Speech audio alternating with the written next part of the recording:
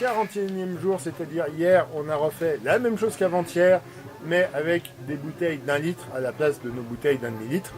Et ben, 42e jour, on va refaire la même chose qu'avant-hier. Donc, on refait le même jour 40. J'ai envie de vous dire, là aussi, on va utiliser des bouteilles d'1 litre plutôt que des bouteilles d'1 demi-litre. Mais on n'a pas utilisé de bouteilles d'1 demi-litre avant-hier, donc en fait, on s'en fiche un petit peu. Là, on est parti avec les PLA, encore une fois. J'ai fait un copier-coller sur ma fiche, c'est terrible.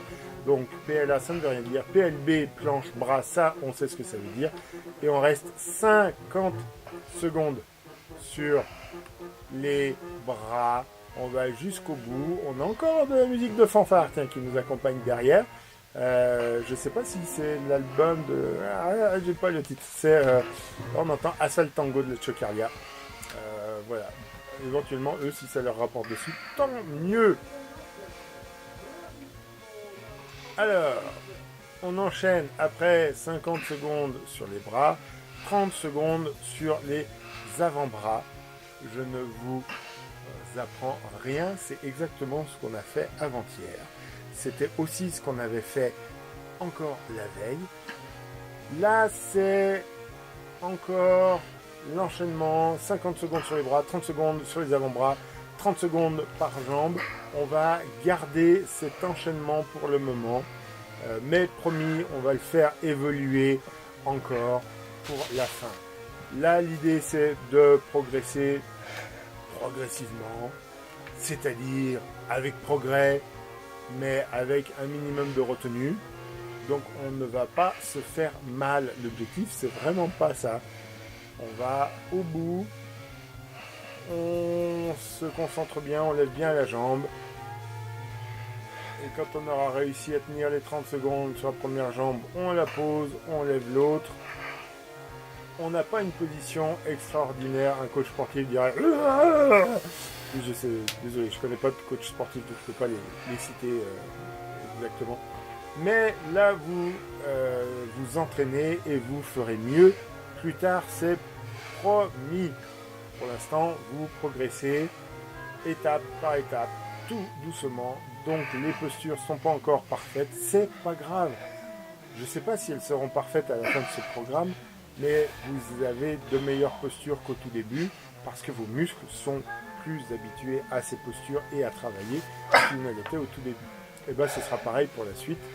Vous aurez de mieux en mieux parce que vous aurez des muscles de mieux en mieux préparés et des positions donc de mieux en mieux adaptées aux exercices. On enchaîne avec les flexions et on en fait 20, ça n'a pas changé.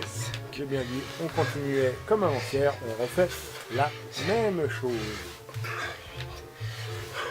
Comme je le disais hier, si vous voulez garder vos bouteilles, vos petites bouteilles d'eau pour les réutiliser, et bien écoutez, pourquoi pas. J'avoue que pour faire ce genre d'exercice, il vaudrait mieux, plutôt que des bouteilles ou des haltères, je pense que ce serait mieux d'avoir des poids qui viennent s'accrocher au poignet, vous savez, comme un bracelet.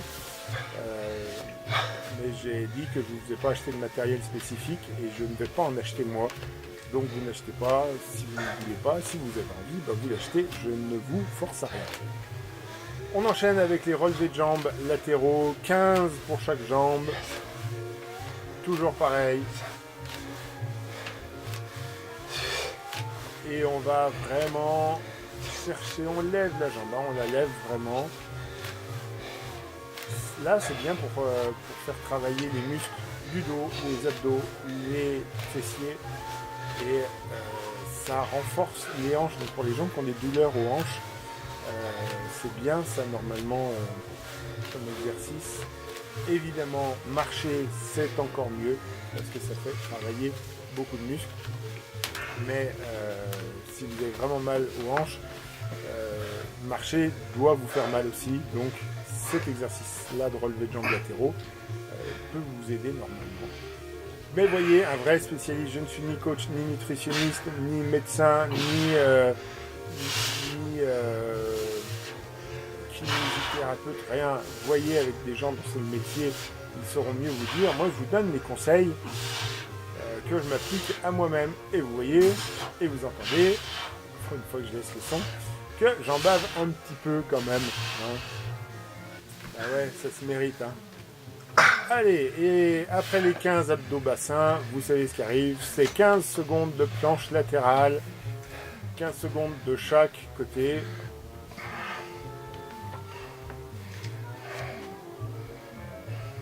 Vous voyez que moi je vois que je m'améliore parce que j'ai un alignement épaule bassin cheville qui est mieux qu'avant. J'ai plus besoin d'avoir mon bras haut, mon bras amont, j'ai envie de dire, qui repose par terre pour me maintenir en équilibre. Donc je peux mettre le bras le long du corps, ce qui est beaucoup mieux comme position.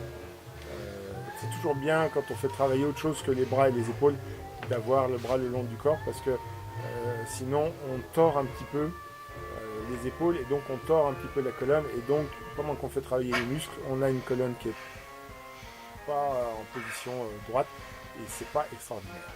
Voilà, 15 secondes de planche latérale de chaque côté. Et qu'est-ce qui arrive après? Évidemment, qu'est-ce qui arrive après? C'est les étirements. Je commence toujours par le même parce que je suis au sol et c'est très bien de commencer par celui-ci.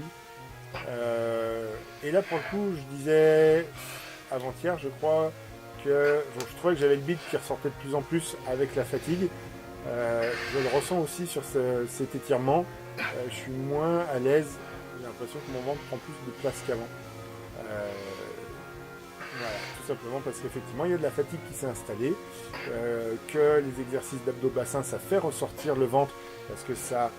Si on a un gros ventre, c'est en partie parce qu'on a les muscles relâchés et en partie parce que, vu que ces muscles sont relâchés, tout ce qui était dans le corps, les organes, si les muscles sont relâchés, les muscles ils n'ont pas bien tenu, donc les organes sont descendus. C'est pas ça qu'on appelle une descente d'organes, mais parce qu'une descente d'organes, vous pouvez en mourir, c'est bien plus méchant que ça, mais là, ça veut dire que vous avez les intestins et peut-être l'estomac qui sont bas et qui sont en position relâchée. Ça, c'est pas bien. Du coup, quand vous faites des abdos, que ce soit des abdos bassins ou des abdos du crunch, comme on a l'habitude de voir dans la plupart des séries d'exercices de remusculation ou de remise en forme, vous ne le savez peut-être pas, mais en fait, vous allez faire ressortir votre ventre. Si vous faites des abdos, ce qu'on appelle du crunch, les abdos militaires, là, ça ne va pas du tout faire rentrer votre ventre parce qu'en fait, vous avez vos intestins qui sont devant, qui sont en bas. En fait, le muscle ne va pas remonter ces intestins, il va simplement remuscler et refaire du volume autour de ces intestins. Donc, l'objectif, ce sera de perdre du bide, ce sera plus tard. On va essayer de s'alléger, surtout par la nourriture. Donc, je vous ai déjà donné des conseils au tout début de cette chaîne, je vais continuer de vous en donner. Là, évidemment, on a un programme sur 2 mois qui se déroule tous les jours. Donc, une vidéo par jour, c'est déjà vachement dur. Je ne croyais pas que c'était si compliqué de faire un montage et une publication de vidéos par jour. C'est très très compliqué. D'autant que moi, j'habite dans une campagne paumée, donc pour publier ma vidéo de 10 minutes, il faut que je compte à peu près 1h30 devant internet, donc on gagne pas beaucoup de temps quand on fait ça comme ça. Mon ordi qui commence à saturer un peu, il arrive aussi à me dire que pour compresser la vidéo de 10 minutes, il faut que je laisse travailler parfois 2 heures. Donc c'est 2 heures pendant lesquelles je peux pas faire grand chose d'autre sur l'ordi, donc je peux pas forcément bosser. Après voilà, c'est un temps que je peux utiliser pour faire autre chose, par exemple pour faire ma série d'exercices du jour. Donc ça peut être une méthode, voilà, d'avoir préparé le montage la veille. Le matin, je lance la compression du fichier, je fais ma série d'exercices, je fais un peu de rangement ou du ménage, ou je prépare ma popote pour le midi. C'est évidemment du temps que je peux utiliser à autre chose, mais en fait le matin, je suis plutôt efficace à bosser. Le cerveau est bien irrigué par le sang, bien reposé par la nuit. Donc je préfère bosser sur des choses un peu compliquées le matin. Et vu que j'aime bien faire mon programme le matin aussi parce que je suis moins fatigué, quand je le fais le soir en fin de journée, je sens que je suis moins efficace sur certains exercices. Encore une fois, j'ai déjà parlé des pompes qui sont un peu ma valeur référence. Effectivement, si je fais ça le soir, les vidéos que je fais le soir, vous voyez que les pompes, je sucre un peu les fraises parce que je suis fatigué partout. Je suis assis debout une partie de la journée pour le boulot et du coup ça peut fatiguer les abdos, le dos. Donc ça va se retrouver sur la qualité des exercices que je vais effectuer par la suite. Donc je préfère faire mes exercices le matin. J'en ai pas pour 1 heure à faire mes exercices. Si l'ordi est bloqué pendant 2 heures parce qu'il doit faire tout son travail de compression, ça m'embête un petit peu, vous l'imaginez bien. Mais c'est promis, demain à 17 h, on continue, on se retrouve ici.